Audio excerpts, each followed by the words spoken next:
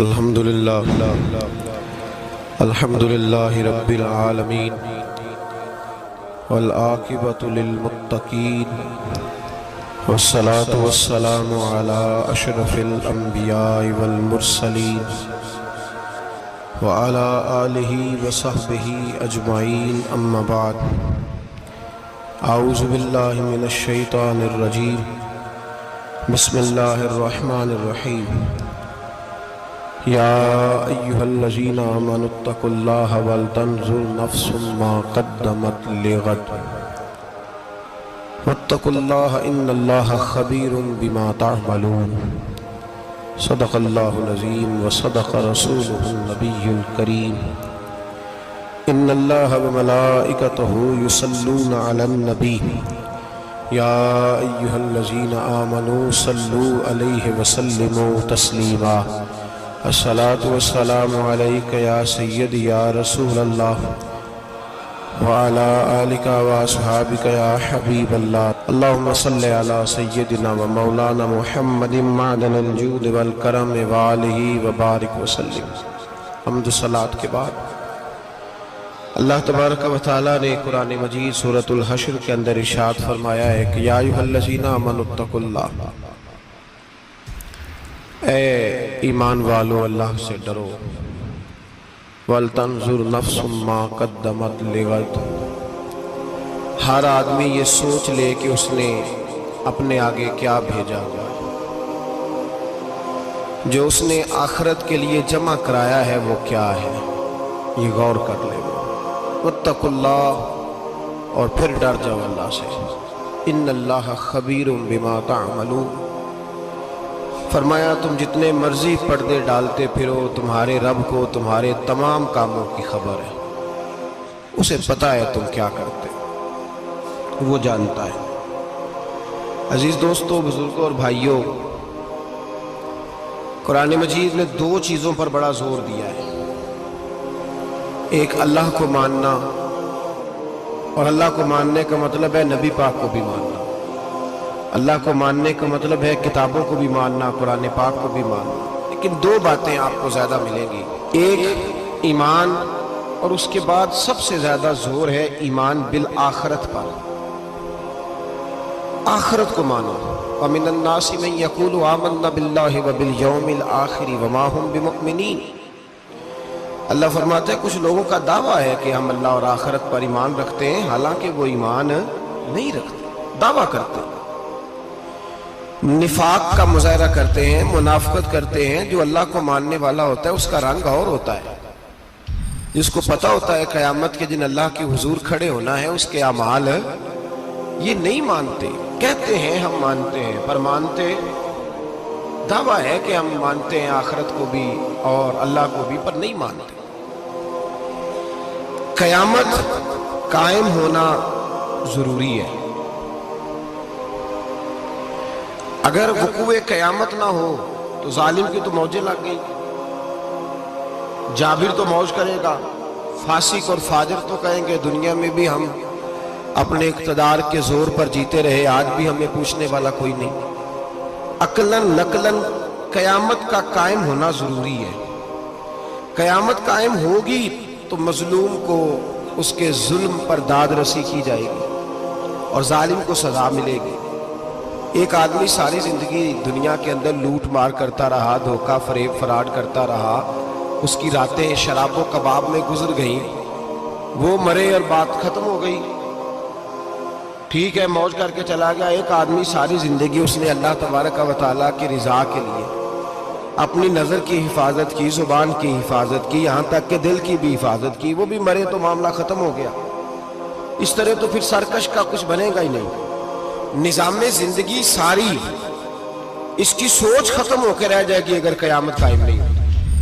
قیامت کا قائم ہونا حق ہے، اس لیے قرآن مجید نے ایک جگہ پہ نہیں 20 جگہ پہ یہ بیان فرمایا ہے کہ قیامت ضرور قائم ہوگی، قیامت، اور وہ قائم ہو کر اپنے سارے لوازمات سمیت قائم ہوگی۔ میرے نبی پاک صلی اللہ علیہ وسلم نے فرمایا مظلوم کو حق ملے گا، ظالم کو سزا ملے گی۔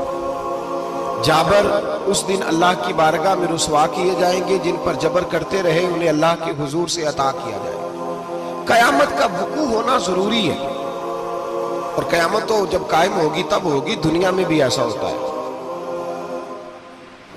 ظلم کا انجام ٹھیک نہیں ہوتا، جبر کا انجام، جھوٹ کی زندگی لمبی نہیں ہوتی، دھوکے، فریب، فراڈ، ملمہ سازی، ان چیزوں کی عمریں اللہ نے تھوڑی رکھی ہے۔ وقتی طور پر ظالم کو، دھوکے باز کو، جابر کو جو مہلت ملتی ہے وہ سمجھتا ہے میری سیاست کام کر رہی ہے، وہ سمجھتا ہے میں بڑا دانا ہوں، بڑا چالاک ہوں، دیکھ لو اتنے ظلم کے، جبر کے، دھوکے کے باوجود بنا ہوا ہوں۔ حالانکہ اللہ کی طرف سے اسے مہلت ملتی ہے، اور بڑا ہی مہربان ہے، مہلت اس طرح دیتا ہے کہ میرے نبی پاک علیہ السلام نے فرمایا جب میرا مسلمان نیکی کرتا ہے تو اللہ فرشتوں سے فرماتا ہے 70 گنا بڑھا کے لکھ لو اس کی نیکی، 70 گنا۔ اور جب گناہ کرتا ہے تو اللہ فرماتا ہے ٹھہر جاؤ ابھی لکھنا نہ، اسے ٹائم دو۔ یا اللہ کتنا؟ فرمایا 24 گھنٹے تو دو، ہو سکتا ہے توبہ کر لے، یہ اس کی مہربانی۔ اب وہ جو اللہ نے مہلت دی ہے نا کہ شاید توبہ کر لے، لوگ سمجھتے ہیں میری چالاکی کی وجہ سے نظام سیٹ چل رہا ہے، میں بڑا تیز ہوں، 2 4 5 باتیں بولتا ہوں سب صحیح ہو جاتا ہے۔ لوگ اس کو اپنی دانائی سمجھ لیتے ہیں، حالانکہ وہ اللہ کی طرف سے۔ فرعون نے کئی 100 سال حکومت کی، اور اس طرح اس نے ظلم کیے کہ لاکھوں اور ہزاروں بچے قتل ہی کرا دیے۔ 12,000 عورتوں کے پیٹ میں حمل تھا اس نے ضائع کرا دیا۔ جب حضرت موسیٰ علیہ السلام اپنی قوم کو لے کے نکلے، رستے میں دریا آ گیا، فرعون پیچھے لگا ہوا تھا، وَإِذْ فَرَقْنَا بِكُمُ الْبَحْرَ فَأَنْجَيْنَاكُمْ، اللہ فرماتے ہیں تمہارے لیے میں نے دریا کو پھاڑا اور تمہیں نجات دے دی، وَأَغْرَقْنَا آلَ فِرْعَوْنَ، اور فرعون کو غرق کر دیا، وَأَنْتُمْ تَنْظُرُونَ، تم کھڑے دیکھ رہے تھے۔ اب جب حضرت موسیٰ دریا کے کنارے پہنچے تو فرعون بھی پیچھے آیا۔ فرعون لوگوں سے کہا کرتا تھا کہ میں کہتا ہوں تو دریا چلتا ہے، میں کہتا ہوں تو ہوائیں آتی ہے، میرے حکم کے پابند ہے سارے۔ جاگ رہے ہیں نا آپ حضرات، غور فرمائیے گا بات پر۔ دعویٰ تھا اس کا کہ میں کہتا ہوں تو نظام زندگی چلتا ہے۔ اب جب دریا کے کنارے پہنچی حضرت موسیٰ علیہ السلام تو اللہ نے حکم دیا کہ آپ عصا مارے۔ جناب موسیٰ نے عصا مارا، 12 رستے بن گئے۔ اب حضرت موسیٰ کی قوم گزر رہی تھی تو فرعون سے پوچھنے لگے کہ تو کہتا تھا میرے حکم سے چلتا ہے، تو وہ تو حضرت موسیٰ نے ڈنڈا مارا ہے تو رستہ بن گیا۔ باز نہیں آتا انسان باز بنے بڑے اس کے پاس، بڑی دلیلیں ہیں، جھوٹ سچ بول کے اپنے آپ کو مطمئن کرتا ہے، آخر دم تک تبدیل ہونے کو تیار نہیں ہوتا، دلیلیں گھڑتا رہتا ہے، بناتا رہتا ہے، شور کرتا ہے جان بوجھ کے۔ بھئی تو کہتا تھا میرے چلانے سے چلتا ہے، تو باز ابھی بھی نہیں آیا۔ کہنے لگا میں نے ہی حکم دیا ہے کہ ذرا پھٹ جا، مجھے یہ زندہ چاہیے۔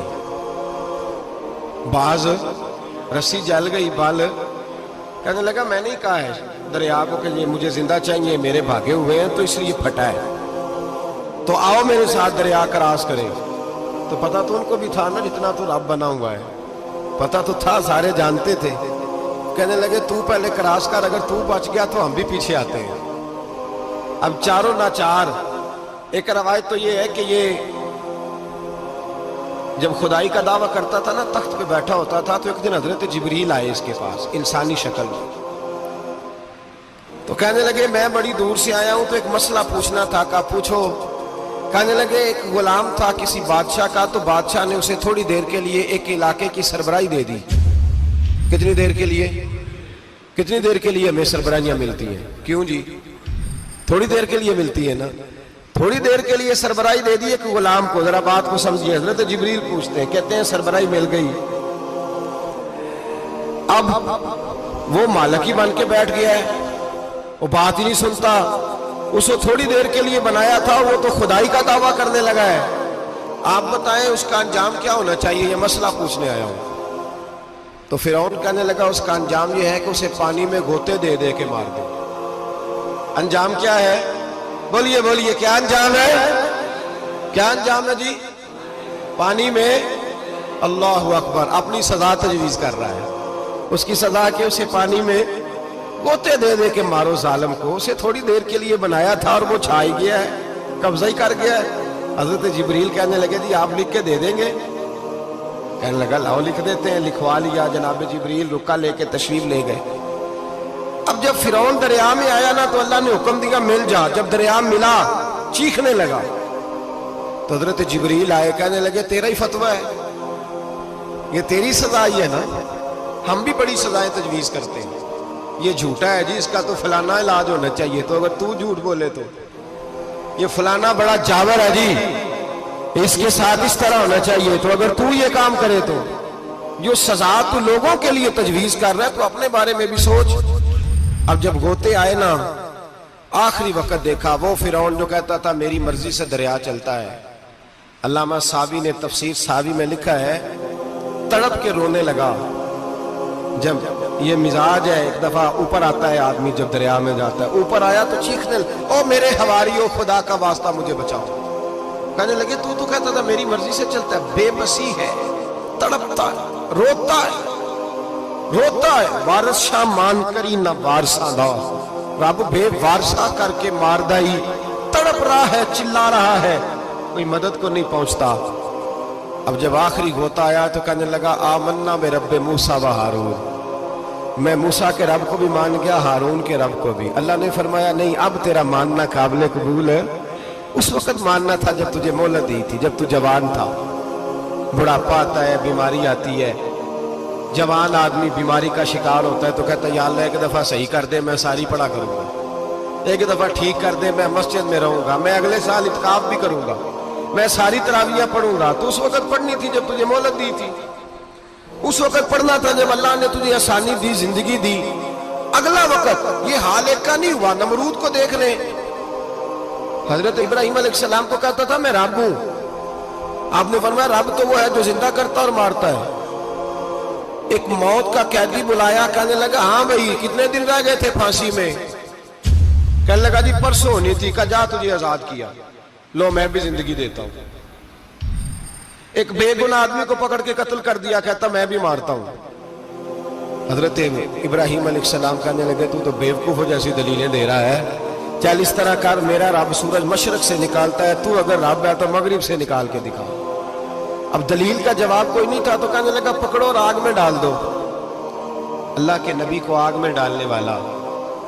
یہاں ایک مچھر بیٹھا ہے, 400 سال حکومت کی اور خدائی کا دعویٰ کیا.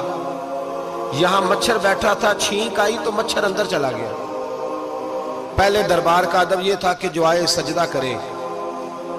اب اس کے سر پہ کوئی چیز مارتا تھا تو اسے سکون ہوتا تھا. مچھر تھوڑی دیر کے لیے اس کا دماغ چھوڑتا تھا. او بھائی یہ اس دھرتی پہ اللہ نے لوگوں کو نظارے دکھائے اور ہمیں سمجھانے کے لیے دکھائے.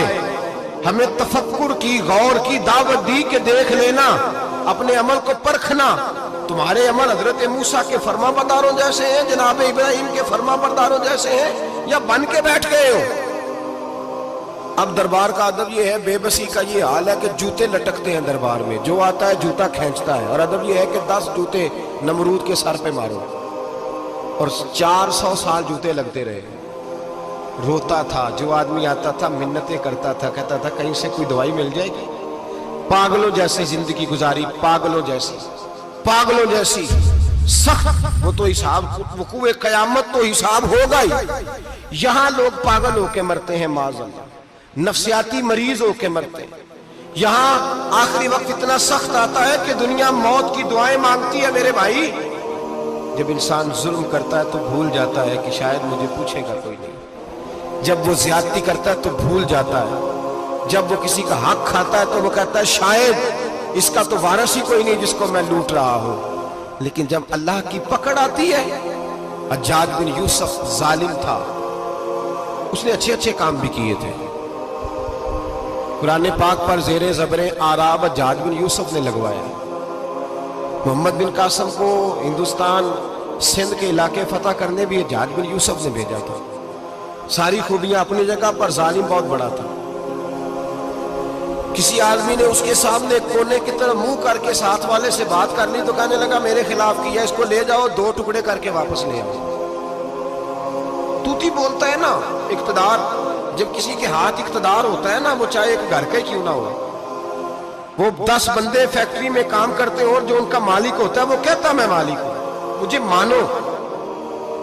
جب تو صاحب اقتدار ہوتا ہے نا، جب تو سسر بن کے بیٹھتا ہے اور کسی غریب گھر کی بہو آتی ہے 2-4 تو کہتا میرا اقتدار ہونا چاہیے، جب میں کھانسنے لگوں تو ہر آدمی کے ہاتھ میں ٹشو پیپر ہونا چاہیے، جب میں بولنے لگوں تو بندھے ہوئے ہاتھوں سے ہر آدمی جی جی کرتا ہوا کھڑا ہونا چاہیے۔ جس آدمی کا، اور یہ کام بہو بھی کرتی ہے کئی دفعہ، وہ بھی کہتی ہے کہ تمہیں پتہ نہیں میں کتنا لمبا چوڑا جہیز لے کے آئی ہوں، جب میں سونے کے لیے اپنے بیڈ روم میں جاؤں تو خبردار بوڑھے بابے کو اجازت نہیں کہ وہ کھانسے، اماں کو چاہیے کہ اگر اس کو بڑی سخت پیاس بھی لگی ہے تو میرے سوتے سوتے باورچی خانے میں برتن نہ کھٹکھٹائے۔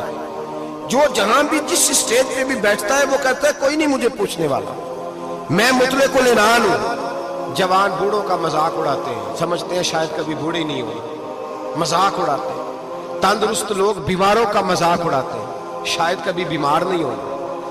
حجاج بن یوسف ظالم تھا، ظلم کرتا تھا، زیادتی کرتا تھا۔ حضرت سعید بن جبیر ایک تابعی بزرگ تھے، اتنے بڑے بزرگ تھے کہ ساری رات نماز پڑھتے تھے، سارا سال روزہ رکھتے تھے۔ ایک دن انہوں نے منبر پہ بیٹھ کے کہا کہ حجاج ظلم سے باز آ جائے ورنہ اللہ کی لاٹھی بڑی بے آواز ہے۔ اللہ کی لاٹھی، اس کا کیا مطلب ہوتا ہے؟ اس کا مطلب ہے جب رب کی لاٹھی چلتی ہے تو اس کی آواز، جی اس کا پہلے کوئی پیغام، وہ پہلے اعلان نہیں کرتا کہ تگڑے ہو جاؤ لاٹھی چلنے لگی ہے، لاٹھی چلتی ہے پر اس کی آواز، سمجھ آ رہی ہے میری بات کی؟ جمعۃ الوداع کے لیے تشریف لانے والے احباب خاص غور فرمائیے گا۔ حجاج بن یوسف کو پتا چلا کہ حضرت سعید بن جبیر نے میرے خلاف بات کی، بلا لیا، کہنے لگا تو نے میرے خلاف بات کی ہے؟ فرمانے لگے کی ہے۔ کہنے لگا تجھے پتا ہے میں قتل کر دوں گا؟ آپ فرمانے لگے نہ تو زندگی کا مالک ہے نہ موت کا مالک ہے، تو کیسے قتل کر؟ کہنے لگا تجھے پتا ہے میرا؟ فرمایا میں نے تجھے نہیں، میں نے تو کئی شداد، کئی حماد، کئی قارون، کئی فرعون، کئی نمرود دیکھے، کئیوں کی داستانیں سنی، تو کون ہے؟ تو چھوٹا سا ہے۔ ایک جملہ ہے مولانا جلال الدین رومی کا، بڑے درویش تھے، ایک بات کہہ گئے، کہنے لگے نمرود جتنے پیسے نہیں، فرعون جتنی حکومت نہیں، قارون جتنی دولت نہیں، ورنہ فرمانے لگے میرے زمانے میں بھی کئی لوگوں کا خدا بننے کو دل کرتا ہے، کئی لوگوں کا دل کرتا ہے، لیکن نمرود جتنے پیسے، فرعون جتنی طاقت اور قارون جتنی دولت نہیں، ورنہ ہو سکتا ہے لوگ دعویٰ کر دیں معاذ اللہ ثم معاذ اللہ۔ یہ آج سے کئی سو سال پہلے وہ کہہ رہے، آج تو حالات بڑے ابتر ہیں، اس کی نسبت خطرناک۔ فرمانے لگے حضرت سعید بن جبیر تو زندگی موت کا مالک نہیں۔ کہنے لگا پکڑو، قتل کرو اسے، لے جاؤ۔ جب پکڑ کر کھینچ کر لے جا رہے تھے نا تو حضرت سعید بن جبیر مسکرانے لگے، اب ظالم کے سامنے مسکرائے تو اس کو بڑا غصہ آیا، یہ میرا مذاق اڑاتا ہے؟ بلا لیا، ادھر آؤ، کیوں مسکرا رہے ہو، کیا ہوا؟ تو حضرت سعید بن جبیر کہنے لگے میں مسکرا رہا ہوں تیری بیوقوفی پر اور اپنے اللہ کی دی ہوئی ڈھیل پر، میں مسکرا رہا ہوں کہ یا اللہ کیا بات ہے، کیا تیرا شان ہے، کیسے لوگوں کو ڈھیل دی ہوئی ہے، میں مسکرا رہا ہوں تیری بیوقوفی پر کہ تو سمجھتا ہے شاید مجھے پوچھنے والا کوئی نہیں۔ کہنے لگا اس کو باہر نہ لے جاؤ، میرے سامنے قتل کرو۔ ٹھیک ہے جی، قتل کرنے لگے تو حضرت سعید بن جبیر نے منہ کعبے کی جانب کر لیا، انی وجہت وجہی للذی فطر السماوات والارض حنیفا وما انا من المشرکین۔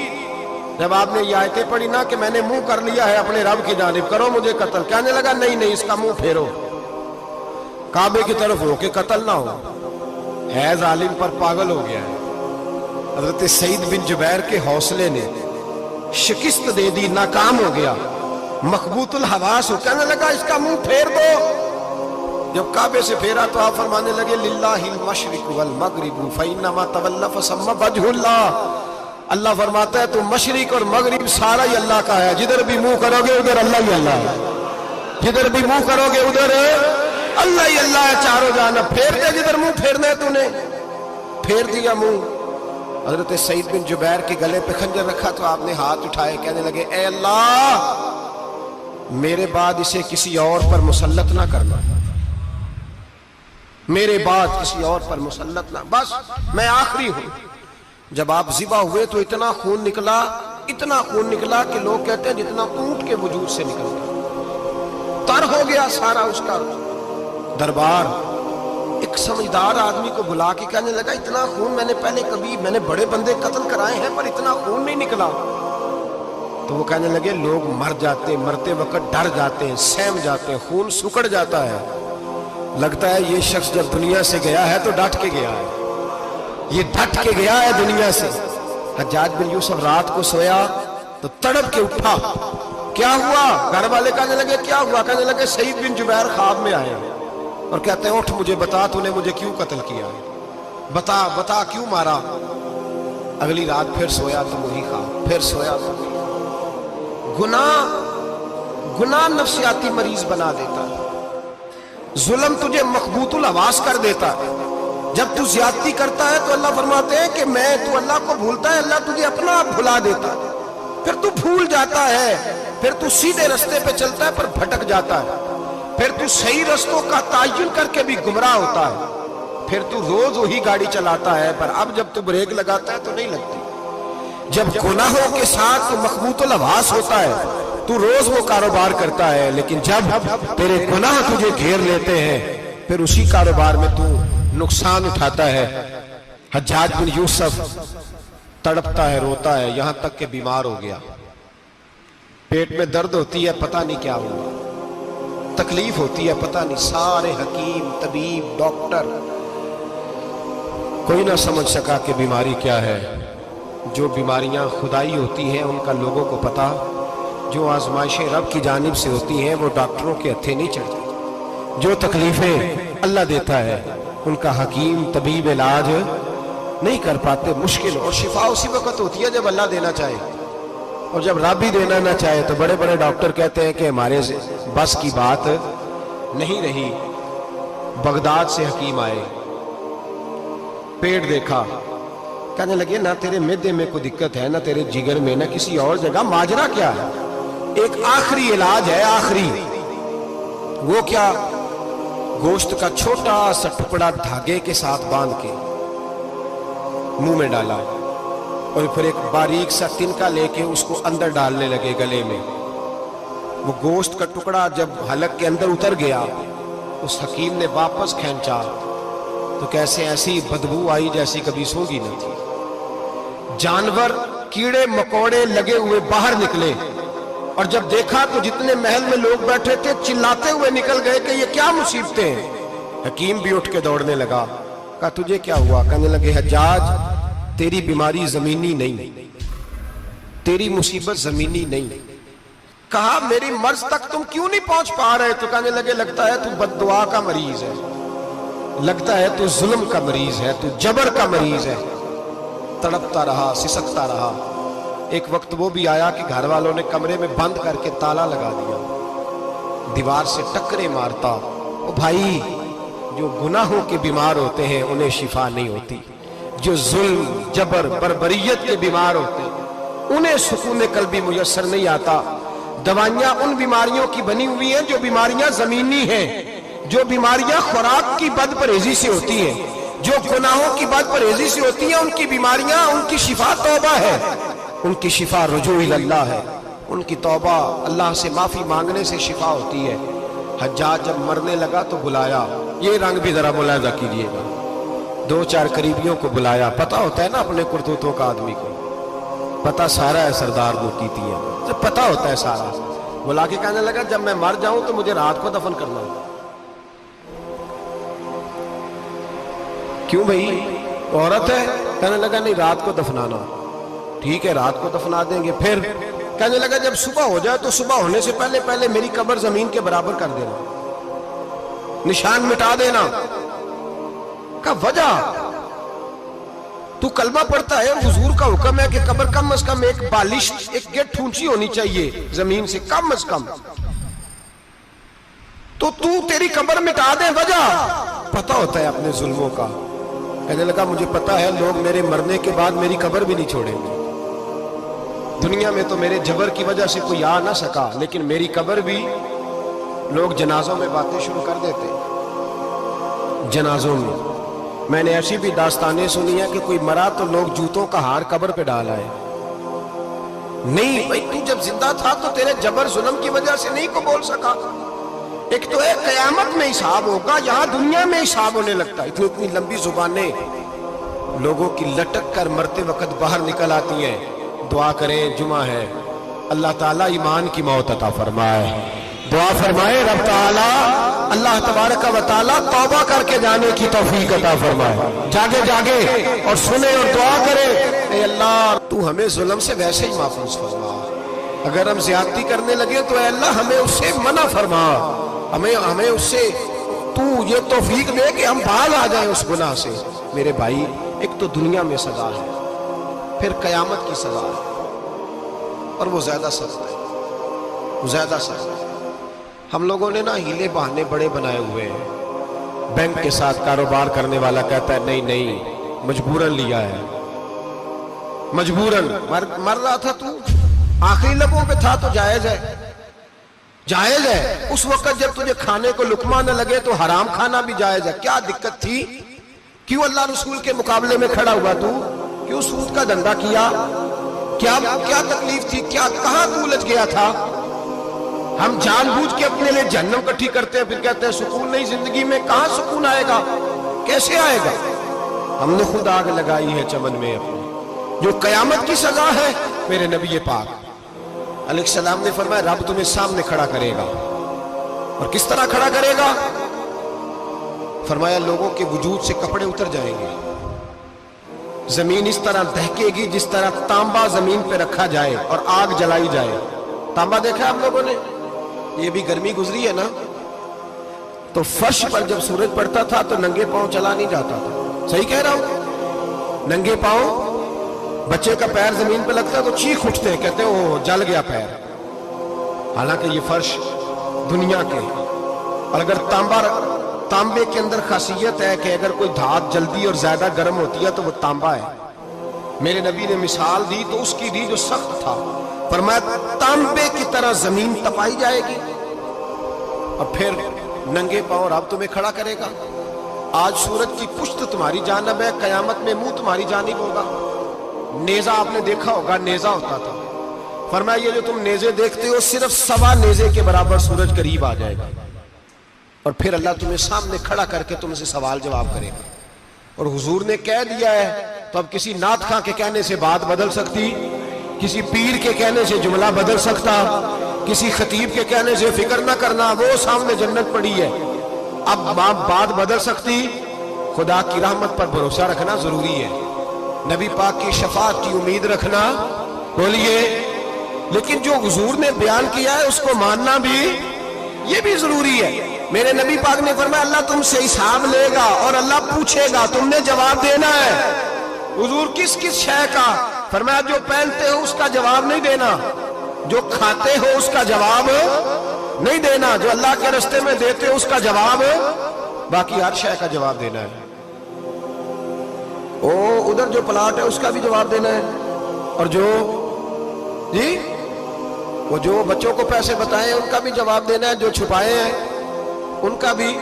ثم لتسألن یومئذ عن النعیم. جو کمیٹی اپنے محلے میں ڈالی ہے اس کا بھی جواب دینا ہے، جو سسرال کے علاقے میں ابا جی سے چوری ڈالی ہوئی ہے اس کا جواب بھی، سب کا جواب دینا ہے. تمام حساب کتاب. اور اللہ فرماتے ہیں میں سامنے کھڑا کر کے ہر سوال کا تجھ سے جواب، تجھے ہر سوال کا جواب. صاحب اچھا یہ جو بڑے لوگ تھے وہ حساب سے ڈرتے تھے، ہم چھوٹے لوگ ہیں ہم حساب سے ہم نہیں ڈرتے، ہم کہتے ہیں دیکھی جائے گی. بڑے لوگ جو تھے وہ حساب سے. حضرت ابو بکر صدیق دعا کرایا کرتے تھے، دعا کرو اللہ مجھ سے حساب نہ پوچھے. حضرت عمر فاروق رضی اللہ تعالیٰ عنہ اپنے بیٹے سے کہتے تھے بیٹا اپنے باپ کے لیے رحمت کی دعا کرنا، میں درگزر والا ہوں، میں حساب والا کوئی نہیں. بڑے لوگ ڈرتے تھے، بڑے لوگ. حضرت عثمان غنی قبر پہ کھڑے ہوتے تھے تو داڑھی آنسوؤں سے بھیگ جاتی. غلام کہتے ہیں حضور 3 دفعہ نبی پاک نے آپ کو جنت کی بشارت دی ہے، 3 دفعہ بشارت دی ہے تو آپ کیوں اتنا روتے ہیں؟ عثمان غنی فرماتے جس رسول نے مجھے جنتی کہا ہے اسی محبوب نے مجھے فرمایا تھا عثمان قبر آخرت کی منزلوں میں سے پہلی منزل ہے. اور آپ فرماتے میرے تو کمرے میں دیا گل ہو جائے تو مجھے ڈر لگتا ہے، اس میں تو مکمل اندھیرا ہے. آپ فرماتے کھڑکیاں بند ہوں تو دم گھٹنے لگتا ہے، اس کو تو دروازہ ہی کوئی نہیں، روشن دان تک نہیں. بھائی جو بڑے تھے وہ ڈر رہے تھے. مولا علی شیر خدا نماز کا وضو کر کے کانپتے تھے، کانپتے. علی آپ مرحب کے سامنے نہیں کانپے، خیبر کا دروازہ اکھاڑتے نہیں کانپے، بدر احد خندق حنین اور خیبر میں نہیں کانپے، تو یہاں آپ فرمانے لگے مالک کے سامنے جاتے ہوئے ڈر آتا ہے. بڑے لوگ کانپتے تھے، بڑے لوگ. آج کون سا جمعہ ہے؟ سارے بولیے. حالانکہ یہ اگلے سال دوبارہ آئے گا، ہمارا نہیں پتا کہ ہم ودا ہو جائیں کہ کیا بنے. یہ کون سا جمعہ ہے؟ آیا جمعہ الوداع، آئے ہم پڑھیں. آج ایک فکر لے کر کے جانا، ایک سوچ. جہاں روز رات کو بیٹے کی ٹینشن، بیٹی کی ٹینشن، بھائی کی ٹینشن، پوتے کی ٹینشن ہوتی ہے نا، ایک ٹینشن اور اپنے آج ایک ٹینشن بڑھا لو. قبر کی ٹینشن پیدا کر لو، قیامت کی تھوڑی سی فکر کر لو، تھوڑی سی ایک لمحے کے لیے صحیح تھوڑا خیال پیدا کریں. حضرت حسن بصری نام سنا ہوا ہے نا، یہ حضرت علی کے شاگرد ہیں. نبی پاک کے گھر میں آ جاتے تھے، کئی دفعہ بچے تھے جب. حضرت حسن بصری تابعی ہیں. فرماتے خانہ کعبہ میں عمرہ کرنے گیا، طواف کعبہ کر رہا تھا تو بڑا عجیب منظر ہوا. رات کی تنہائی ہوئی. اس وقت کئی دفعہ طواف بند بھی ہوتا تھا، اس لیے کہ رش کم ہوتا تھا تو رات کو سب سو جاتے تھے. کہتے رات ذرا گہری ہوئی تو لوگ اپنا اپنا خیمہ لے کے جاتے تھے. اب تو ہوٹل ہے نا تو خیمے لگتے تھے، لوگ خیمہ لے کے جاتے تھے، جہاں جگہ ملتی تھی خیمہ لگا کے رہتے تھے. فرماتے میں رات کو سویا خیمے میں، ایک دردناک آواز آئی. میٹھی ہے، دھیمی ہے، پر درد بڑا ہے. کوئی رونے والا رو کے کہتا ہے اللہ حساب قیامت میں مجھ سے نہ لینا، اے اللہ تنہائی میں جتنا مرضی حساب لینا پر لوگوں کے سامنے نہ لینا. اور پھر کہتا ہے اللہ فضل تو تب کرے جب تو میرا حساب پوچھے ہی نہ. پھر چند منٹ گزرے تو پھر وہ رونے لگا. میرے کانوں میں آواز آئی، کہنے لگا اے اللہ حساب تو ان کا لیا جاتا ہے جو حساب کے قابل ہوتے ہیں. اعلیٰ حضرت کہتے ہیں نا رضا سے تو کیا حساب لے گا، رضا بھی کسی حساب میں. اے اللہ میں قابل نہیں، مجھ سے حساب نہ لینا. کہتے تھوڑی دیر گزری تو پھر وہ رونے لگا. پھر ذرا سانس سنبھلے تو پھر کہنے لگا اے اللہ میں تو لوگوں کو کوئی بندہ حساب پوچھ لے تو نہیں دے سکتا، میں تجھے کیسے حساب دوں گا. پھر تڑپنے لگا. کہتے تھوڑی دیر گزری تو پھر ایک لفظ انہوں نے کہے رونے والے نے، کہنے لگے اللہ دیکھ تیرے محبوب کا فرمان ہے جو معافی مانگے تو اسے معاف کر دیا کرتا ہے. اے اللہ میں معافی مانگنے آیا ہوں اور مسجد نہیں آیا، میں کعبۃ اللہ ہی آ گیا ہوں. کہتے ہیں وہ اتنا روئے کہ چیخ آئی ان کی، اور جب دھڑام سے کوئی زمین پہ گرا تو میں پریشان ہوا کہ اب تو بے ہوش ہو گیا. فرماتے ہیں میں زور سے اٹھا فٹافٹ اور اس شخص کی طرف بڑھا. میرے دل میں خیال ہے کوئی گناہگار ہے بیچارہ، تو چلو میں بھی دعا کرتا ہوں. اس کو کہتا ہوں بیٹے فکر نہ کر، اللہ تیری مدد کرے گا. فرماتے میں گیا اس نیت کے ساتھ کہ میں کہوں گا چلو اٹھو تم بھی دعا کرو، میں بھی کرتا ہوں، اللہ ہم سے حساب نہ پوچھے. کہتے میں گیا تو وہ شخصیت بے ہوش پڑی تھی، کالے سیاہ بال ان کے چہرے پہ بکھرے ہوئے تھے. کہتے لوگوں جب میں نے زلفیں ہٹائیں چہرے سے تو میرا وجود کانپنے لگا آسمان ٹوٹ پڑے گا، زمین پھٹ جائے گی، ستارے بکھر جائیں گے، آج بہہ جائیں گے سمندر. فرماتے میری چیخیں نکل گئی. یہ کوئی گناہگار تو نہیں، یہ تو حضرت فاطمہ کے پوتے امام زین العابدین ہے. یہ تو امام حسین کا وہ بیٹا ہے جو کربلا میں تنہا بچے تھے. فرماتے میں امام کا چہرہ دیکھا تو بھاگ کے آیا اور میں نے اپنی داڑھی ان کے پیروں کے ساتھ مس کی اور میں نے کہا حضور اٹھئے. امام اٹھے تو میں نے کہا شہزادے تیرے تو اشارے سے اللہ کئی گناہگاروں کو بخشے گا، تیری تو دعا سے اللہ بخشے گا. یہ کیا کر رہے ہو؟ امام زین العابدین کہنے لگے حسن بصری ادھر آ یار، ادھر آؤ بزرگو، میرے دادا کے پاس رہنے والے ہو. میں نے آج ہی سنا ہے کہ اس کا عذاب بڑا سخت ہے. آؤ میرے لیے دعا کرو، اللہ پاک مجھ سے حساب نہ پوچھے، کہا حضور نہ کریں۔ اب فرمانے لگے تجھے نہیں پتا کچھ چیزیں ایسی ہیں کہ رب نے اگر حساب پوچھا تو میں واقعی جواب نہیں دے پاؤں گا، چل کر میرے لیے دعا۔ کہتے میں نے ہاتھ باندھے، حضور میں نہیں کرتا، اٹھا کہہ۔ فرماتے میں نے ہاتھ اٹھائے، میں نے کہا اے اللہ تیرے رسول کا شہزادہ ہے، یہ تیرے رسول کا شہزادہ ہے، یہ کہہ رہا ہے تو فضل کر۔ وہ بھائی جو بڑے تھے وہ تو تڑپتے تھے، سسکتے تھے۔ ابو علی ہیتی کہتے خانہ کعبہ میں پتھر پہ سر رگڑ رگڑ کے کوئی بوڑھا کہہ رہا تھا اے اللہ اول تو حساب نہ لینا، اور اگر لینا تو مجھے اندھا کر کے اٹھا، میں تیرے نیک بندوں کے سامنے شرمندہ نہیں۔ اقبال رو پڑے، اقبال کچھ لوگوں نے لکھا ہے یہ آخری ربائی ہے ڈاکٹر اقبال کی، آخری، اس کے بعد شاید اس نے کلام نے کچھ سیرت نگاروں کا خیال ہے۔ اقبال مدینے کی طرف منہ کر کے کہنے لگے تو غنی از ہر دو عالم من فقیر، اللہ تو غنی ہے میں تو فقیر ہوں، روز محشر عذر ہائے من پذیر، اے اللہ اول تو میرا کوئی عذر قبول کر لینا محشر کے دن، اور اگر نہ کرنا ہوا اگر تمہیں بینم حسابم نا گزیر، اگر ضرور ہی میرا حساب لینا ہے، اے اللہ اگر تو نے ضرور لینا ہے، اے اللہ اگر ضرور ہی لینا حساب، اول تو میرا عذر مان لینا، میری کمزوری پہ رحم کرنا، اے اللہ میرے بڑھاپے پر میری کمزوری پر رحم کرنا، اگر ضرور حساب لینا ہے از نگاہ مصطفیٰ پنہا بغیر، تو اے اللہ ذرا حضور کی نگاہوں سے اوجھل کر کے لینا، اے اللہ مجھے شرم آئے گی، میرے مصطفیٰ کریم فرمائیں گے میں تو تجھے ہر بات سمجھا کے آیا، ایک جگہ تیری رہنمائی کر کے آیا، تو کیسے عمل کما، ذرا اوجھل کر کے از نگاہ مصطفیٰ پنہا بغیر، ذرا حضور کی آنکھوں سے اوجھل کر کے سائیڈ پہ کر کے لینا، میں برداشت نہیں کر پاؤں گا۔